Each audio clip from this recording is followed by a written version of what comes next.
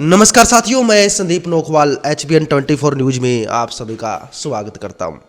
जैसे कि फिलहाल हरियाणा के अंदर सरपंच लगातार खट्टर सरकार का विरोध कर रहे हैं, तो इस मुद्दे पर हम विशेष रूप से चर्चा करने वाले हैं। आपको न्यूज के बारे में पता है कि सरपंच विरोध कर रहे हैं, लेकिन आखिर वो विरोध क्यों कर रहे हैं, क्या वजह है, क्या उनका विरोध सही है या गलत है, इस विजय के फैक्ट पे हम चर्चा करने वाले हैं। जैसे कि विपक्ष लगातार कहते रहते हैं कि सरपंचों की मांगे जायज़ है, भाजपा सरकार उनका हक छीन रही है। यानी दीपेंद्र सिंह हुड्डा जो सांसद है, उन्होंने कहा है कि सरपंच जो मांग कर रहे हैं जायज़ है।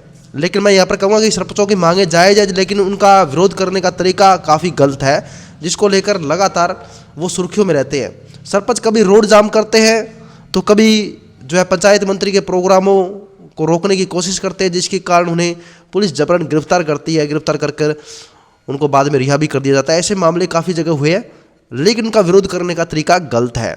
यहाँ पर बताना चाहूँगा कि लगातार विपक्षी दल भी सरपंचों के साथ आ रहे हैं। नांगल चौधरी जाते समय कसोल चौक पर पार्टी पदाधिकारियों से, कार्यकर्ताओं से बात के दौरान दीपेंद्र हुड्डा ने कहा था कि सरकार उनके साथ गलत कर रही है। हुड्डा ने सरपंचों द्वारा धरना देकर उठाई जा रही मांगों को जायज़ बताया। वहीं पर बताना चाहूँगा कि सरपंच आखिर विरोध क्यों कर रहे हैं, ई टेंडर मामला आखिर है क्या। इसके अंदर 2 लाख से ऊपर कार्य अगर आपकी पंचायत में होते हैं, आपके गांव में होते हैं, तो उन्हें सरकार डायरेक्ट करेगी ठेकेदारों के माध्यम से। यानी डायरेक्ट टेंडर जारी होंगे, डायरेक्ट जो काम दिया जाएगा, डायरेक्ट पेमेंट होगी। यानी सरपंचों का बीच की जो मध्यस्थता है वो खत्म हो जाएगी, सरपंच सिर्फ देख रेख करेंगे। जिसके कारण सरपंच मांग कर रहे हैं कि ये 2 लाख से ऊपर के कार्य हमें ही करने हैं।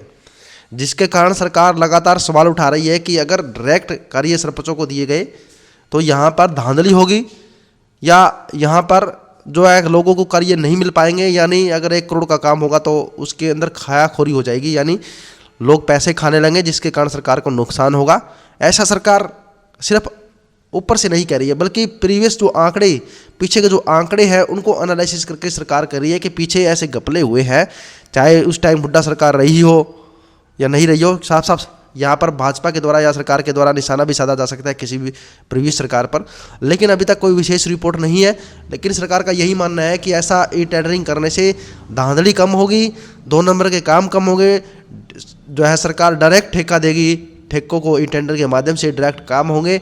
यानी काम कोई नहीं रुकेगा, लेकिन सरपंच जो है इन कामों को नहीं करा पाएंगे। सरपंच सिर्फ गांव में 2 लाख से नीचे के काम हर साल में कर पाएंगे, जैसे कि छोटे मोटे काम, जैसे कि कोई नाली की रिपेयरिंग करना या कुछ साफ़ सफाई करना, जैसे काम कर पाएंगे। इसको लेकर आप क्या कमेंट कर सकते हैं, जरूर लिखिएगा। हमारी वीडियो में जुड़े रहिएगा HBN 24 न्यूज़ के साथ। और आपको क्या लगता है, क्या सरपंच सही विरोध कर रहे हैं, यानी आम जनता क्या सोचती है, उसकी राय कमेंट जरूर कीजिए। जुड़े रहिएगा HBN 24 के साथ। जय हिंद।